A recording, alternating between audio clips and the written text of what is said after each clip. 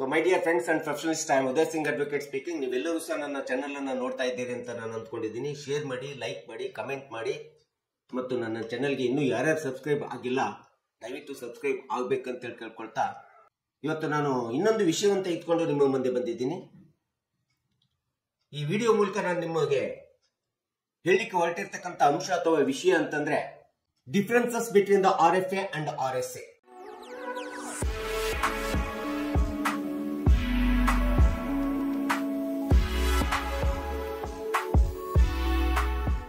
ಹೈಕೋರ್ಟಿನಲ್ಲಿ ಬರುವಂತ ಎರಡು ಅತಿ ಪ್ರಮುಖವಾದಂತ ಮೇಲ್ಮನವಿಗಳಂತಂದ್ರೆ regular first appeal 1, regular second appeal 2.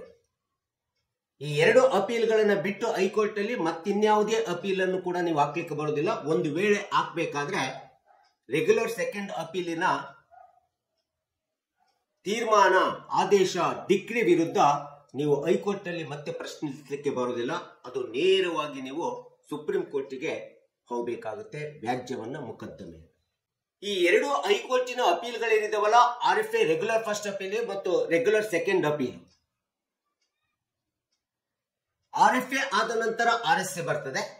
ಹಾಗಾದ್ರೆ ಈ ಒಂದು ರೆಗ್ಯುಲರ್ ಫಸ್ಟ್ ಅಪೀಲ್ ಮತ್ತು ರೆಗ್ಯುಲರ್ ಸೆಕೆಂಡ್ ಅಪೀಲಿಗೆ ಇರ್ತಕ್ಕಂಥ ಒಂದು ಮೂಲ ವ್ಯತ್ಯಾಸವೇನು, ಡಿಫರೆನ್ಸಸ್ ಏನು, ಡಿಸ್ಟಿಂಕ್ಷನ್ ಏನು ಅಂತೇಳಿ ನೋಡ್ತಾ ಹೋದ್ರೆ ಬಹಳ ಸಂಕ್ಷಿಪ್ತವಾದಂತ ಒಂದು ಡಿಸ್ಟಿಂಕ್ಷನ್ ಅನ್ನ, ಡಿಫರೆನ್ಸಸ್ ಅನ್ನ ನಾವು RFA ಮತ್ತು RSA ದಲ್ಲಿ ಕಾಣಬಹುದಾಗುತ್ತೆ ಹೈಕೋರ್ಟಿನ ಅಪೀಲ್ಗಳಲ್ಲಿ.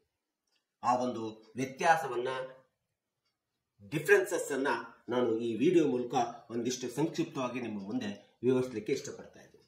RFA CPC 1908 ಸೆಕ್ಷನ್ 96 ನಿಂದ 99 ವರೆಗೆ ಹೈಕೋರ್ಟಿನಲ್ಲಿ ನಾವೇನು ಅಪೀಲ್ ಅನ್ನ ಫೈಲ್ ಮಾಡ್ತೀವಿ RFA ಅಂತೇಳಿ, ಈ ಒಂದು RFA ಬಗ್ಗೆ ಒಂದು ಸವಿಸ್ತಾರವಾದಂತ ವಿವರಣೆ, ವಿಶ್ಲೇಷಣೆಯನ್ನ ಸೆಕ್ಷನ್ 96 ನಿಂದ 99 ವರೆಗೆ ವಿವರಣೆ, ವಿಶ್ಲೇಷಣೆಯನ್ನು ಕೊಡ್ತದೆ. ಸೊ ಅದೇ RSA ಅಂತೇಳಿ ಬಂದಾಗ, ರೆಗ್ಯುಲರ್ ಸೆಕೆಂಡ್ ಅಪೀಲ್ ಅಂತೇಳಿ ಬಂದಾಗ ಹೈಕೋರ್ಟಿನ ಇನ್ನೊಂದು ಮೇಲ್ಮನವಿ, RFA ನಂತರ ಫೈಲ್ ಮಾಡುವಂತ ಮೇಲ್ಮನವಿ ಏನಿದೆ, ಇದು CPC 1908 ಸೆಕ್ಷನ್ 100 ಮತ್ತು 101 ಈ ಎರಡು ಸೆಕ್ಷನ್ಸ್ ಗಳನ್ನ ನಾವು ನೋಡಿದಂತ ಸಂದರ್ಭದಲ್ಲಿ ನಮಗೆ ರೆಗ್ಯುಲರ್ ಸೆಕೆಂಡ್ ಅಪೀಲ್ ಬಗ್ಗೆ ಸ್ಪಷ್ಟವಾದಂತ ವಿಶ್ಲೇಷಣೆ, ವಿವರಣೆಯನ್ನು ಸಿಗುತ್ತಕ್ಕಂಥದ್ದು ನಾವು ನೋಡ್ತಾ ಇದ್ದೀವಿ. It is the first distinction, differentiation between the RFA and RSA appeals in the high court ಅಂತೇಳಿ ನಾವು ಹೇಳ್ಬೋದು. ಇನ್ನು ಎರಡನೇ ಒಂದು ವ್ಯತ್ಯಾಸ RFA ಮತ್ತು RSA ಗೆ ಇರ್ತಕ್ಕಂಥದ್ದಂದ್ರೆ,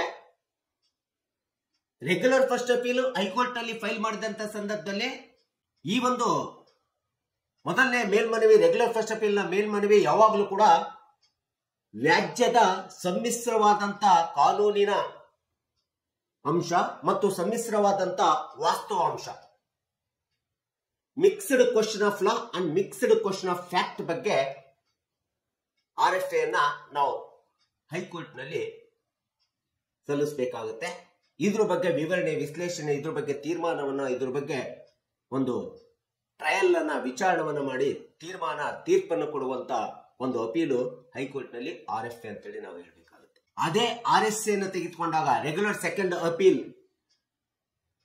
ಅಂತಿಮ ಮೇಲ್ಮನವಿ ಹೈಕೋರ್ಟ್ RSA ಅಂತೇಳಿ ಬರ್ತದೆ. ಈ ಒಂದು RSA ಅನ್ನು ನೋಡಿದಾಗ RSA ಯಾವತ್ತೂ ಕೂಡ mixed question of law, mixed question of fact ಬಗ್ಗೆ, ಅಂತ ಒಂದು ವಿಚಾರದ ಬಗ್ಗೆ, ಅಂತ ಒಂದು ವಿಷಯದ ಬಗ್ಗೆ, ಅಂತ ಒಂದು ವ್ಯಾಜ್ಯಕ್ಕೆ ಸಂಬಂಧಪಟ್ಟಂತ ವಿಷಯಕ್ಕೆ ಸಂಬಂಧಪಟ್ಟಂತ ವ್ಯಾಜ್ಯ ಅಥವಾ ದಾವೆಗಳನ್ನ ಯಾವಾಗಲೂ ಕೂಡ RSA ದಲ್ಲಿ ಮೇಲ್ಮನವಿ ಅಂತೇಳಿ ಸಲ್ಲಿಸಲಿಕ್ಕೆ ಸಾಧ್ಯ ಆಗುವುದಿಲ್ಲ. ಅದು it never be a permit. ಆದ್ರೆ RSA ದಾವೆಯ ಸಾರಾಂಶ ಅಥವಾ ಮೇಲ್ಮನವಿ, RSA ಮೇಲ್ಮನವಿಯ ಸಾರಾಂಶ ಏನು ಹೊಂದಿರಬೇಕಂತಂದ್ರೆ, it has to be substantial question of law. ಈಗಾಗಲೇ ಮೊದಲನೇ ಯಾವುದೇ ನ್ಯಾಯಾಲಯಗಳು ತೀರ್ಮಾನಿಸದೆ ಹಾಗೆ ಉಳಿದಿರತಕ್ಕಂಥ ಪಕ್ಷಕಾರರ ಪ್ರಶ್ನಾರ್ಥಕವಾದಂತ, ಕಾನೂನುಬದ್ಧ ಪ್ರಶ್ನಾರ್ಥಕವಾದಂತ ವ್ಯಾಜ್ಯ ದಾವೆಗಳನ್ನ ಮಾತ್ರ ಅಡ್ಮಿಟ್ ಮಾಡ್ಕೊಳ್ತದೆ. RSA ದಲ್ಲಿ ನಾವು ತೋರಿಸಬೇಕಾಗುತ್ತೆ. ಅದಕ್ಕೆ ಹೇಳಿದ RFA ದಿಂದ ತುಂಬಾ ವ್ಯತ್ಯಾಸ ಹೊಂದಿದೆ.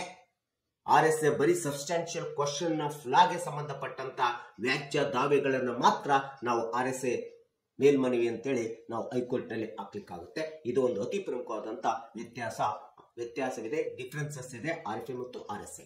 RFA ಫೈಲ್ ಮಾಡಬೇಕಾದ್ರೆ ಅದೇ ಹೈಕೋರ್ಟಿನ ಲೋಯರ್ ಅಪಲೇಟ್ ಕೋರ್ಟ್ಗಳೇನಿದಾವಲ್ಲ ಆ ಲೋಯರ್ ಅಪಲೇಟ್ ಕೋರ್ಟ್ಗಳು ಕೊಟ್ಟಿರ್ತಕ್ಕಂಥ ಜಡ್ಜ್ಮೆಂಟ್, ಆರ್ಡರ್, ಡಿಗ್ರಿ, ತೀರ್ಮಾನದ ತೀರ್ಪಿನ ವಿರುದ್ಧ ಫೈಲ್ ಮಾಡುವಂತ ಒಂದು ಮನವಿ ಏನಿದೆಯಲ್ಲ ಅದನ್ನ ರೆಗ್ಯುಲರ್ ಫಸ್ಟ್ ಅಪೀಲ್ ಇಂದ ಹೈಕೋರ್ಟ್ ಅಂತೇಳಿ ನಾವು ಹೇಳಬೇಕಾಗುತ್ತೆ. ಆದ್ರೆ RSA ರೆಗ್ಯುಲರ್ ಸೆಕೆಂಡ್ ಅಪೀಲ್ ನಾನು ಈಗಾಗಲೇ ಹೇಳಿದೆ, it is the highest court of appeal in the high court ಅಂತ ಹೇಳಿದೆ. ಹೈಕೋರ್ಟಿನಲ್ಲಿ ಅಂತಿಮವಾದಂತ ಮನವಿಯನ್ನ ಸಲ್ಲಿಸುವಂತ ಮೇಲ್ಮನವಿ ಅಪೀಲ್ ಅಂತಂದ್ರೆ ಅದು RSA ಅಂತ ಹೇಳಬೇಕಾಗುತ್ತೆ. ದ RSA ಯನ್ನ ಫೈಲ್ ಮಾಡುವಂತ ಸಂದರ್ಭದಲ್ಲಿ, ರೆಗ್ಯುಲರ್ ಸೆಕೆಂಡ್ ಅಪೀಲ್ ಅನ್ನ ಫೈಲ್ ಮಾಡುವಂತ ಸಂದರ್ಭದಲ್ಲಿ we have to file directly in the high court, not in the lower appellate court of the high court. Regular second appeal ಹೈಕೋರ್ಟಿನ ನೇರವಾಗಿ ಹೈಕೋರ್ಟಿನ ಬೆಂಚಿಗೆ ಅಪೀಲ್ ಹೋಗಬೇಕಾಗುತ್ತೆ. ಆದ್ರೆ ಹೈಕೋರ್ಟಿನಲ್ಲಿ ಇರ್ತಕ್ಕಂಥ ಅಧೀನ ನ್ಯಾಯಾಲಯ, ಅಪಲೇಟ್ ಮೇಲ್ಮನವಿ ಅಧೀನ ನ್ಯಾಯಾಲಯಗಳಲ್ಲಿ RSA ಫೈಲ್ ಮಾಡಲಿಕ್ಕೆ ಅವಕಾಶನೇ ಇಲ್ಲ. ಯಾಕಂದ್ರೆ RSA ಹೈಕೋರ್ಟಿನಲ್ಲಿ ಫೈಲ್ ಆಗುವಂತ, ನೇರವಾಗಿ ಹೈಕೋರ್ಟಿನಲ್ಲಿ ಫೈಲ್ ಆಗುವಂತ ಅಂತಿಮ ಮನವಿಯ ಹೈಕೋರ್ಟ್ ಅಂತೇಳಿ ನಾವು ಹೇಳಬೇಕಾಗುತ್ತೆ. ಇದು RFAಗೆ ಮತ್ತು RSAಗೂ ಫೈಲ್ ಮಾಡಲಿಕ್ಕೆ ಇರ್ತಕ್ಕಂಥ ಒಂದು ಅತಿ ಪ್ರಮುಖವಾದಂತ ವ್ಯತ್ಯಾಸ, ಡಿಫರೆನ್ಸಸ್ ಅಥವಾ ಡಿಸ್ಟಿಂಕ್ಸ್ ಅಂತೇಳಿ ನಾವು ತಿಳ್ಕೊಬೇಕು.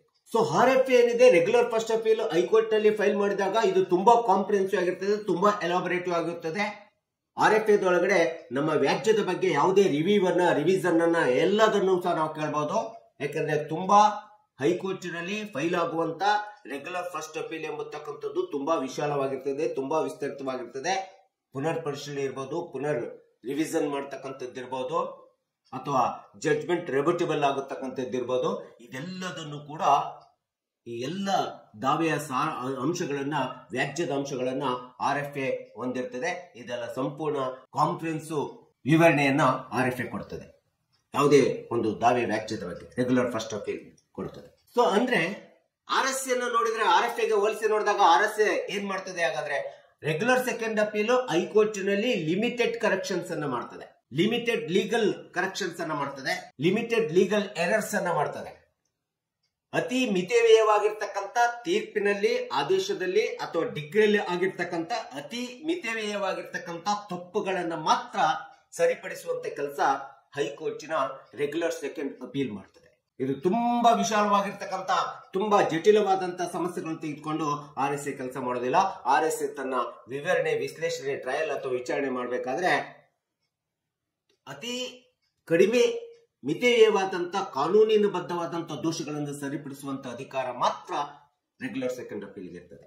RFA ಫೈಲ್ ಆದಂತ ಸಂದರ್ಭದಲ್ಲಿ ಏನಾದ್ರೂ ನಮ್ಮ ದಾವೆ ಒಳಗಡೆ ಸಾಕ್ಷಿದಾರರಿಂದ ಮಿಸ್ರೀಡಿಂಗ್ ಆಗಿತ್ತು, ಅಥವಾ ಸಾಕ್ಷಿದಾರರ ತಪ್ಪು ಆಗಿತ್ತು, ಅಥವಾ ಸಾಕ್ಷಿಗಳು ತಪ್ಪಾಗಿತ್ತು ಅಂದ್ರೆ ಆ ಸಾಕ್ಷಿಗಳ ತಪ್ಪಾಗಿರ್ತಂತ ಸಾಕ್ಷಿಗಳನ್ನ ಫೈಂಡ್ ಔಟ್ ಮಾಡಿ ಕರೆಕ್ಟ್ ಮಾಡ್ತಕ್ಕಂಥದ್ದು, ಕರೆಕ್ಟ್ ಮಾಡ್ತಕ್ಕಂಥ ಕೆಲಸ ಕಾರ್ಯ ರೆಗ್ಯುಲರ್ ಫಸ್ಟ್ ಅಪೀಲ್ ಮಾಡ್ತದೆ.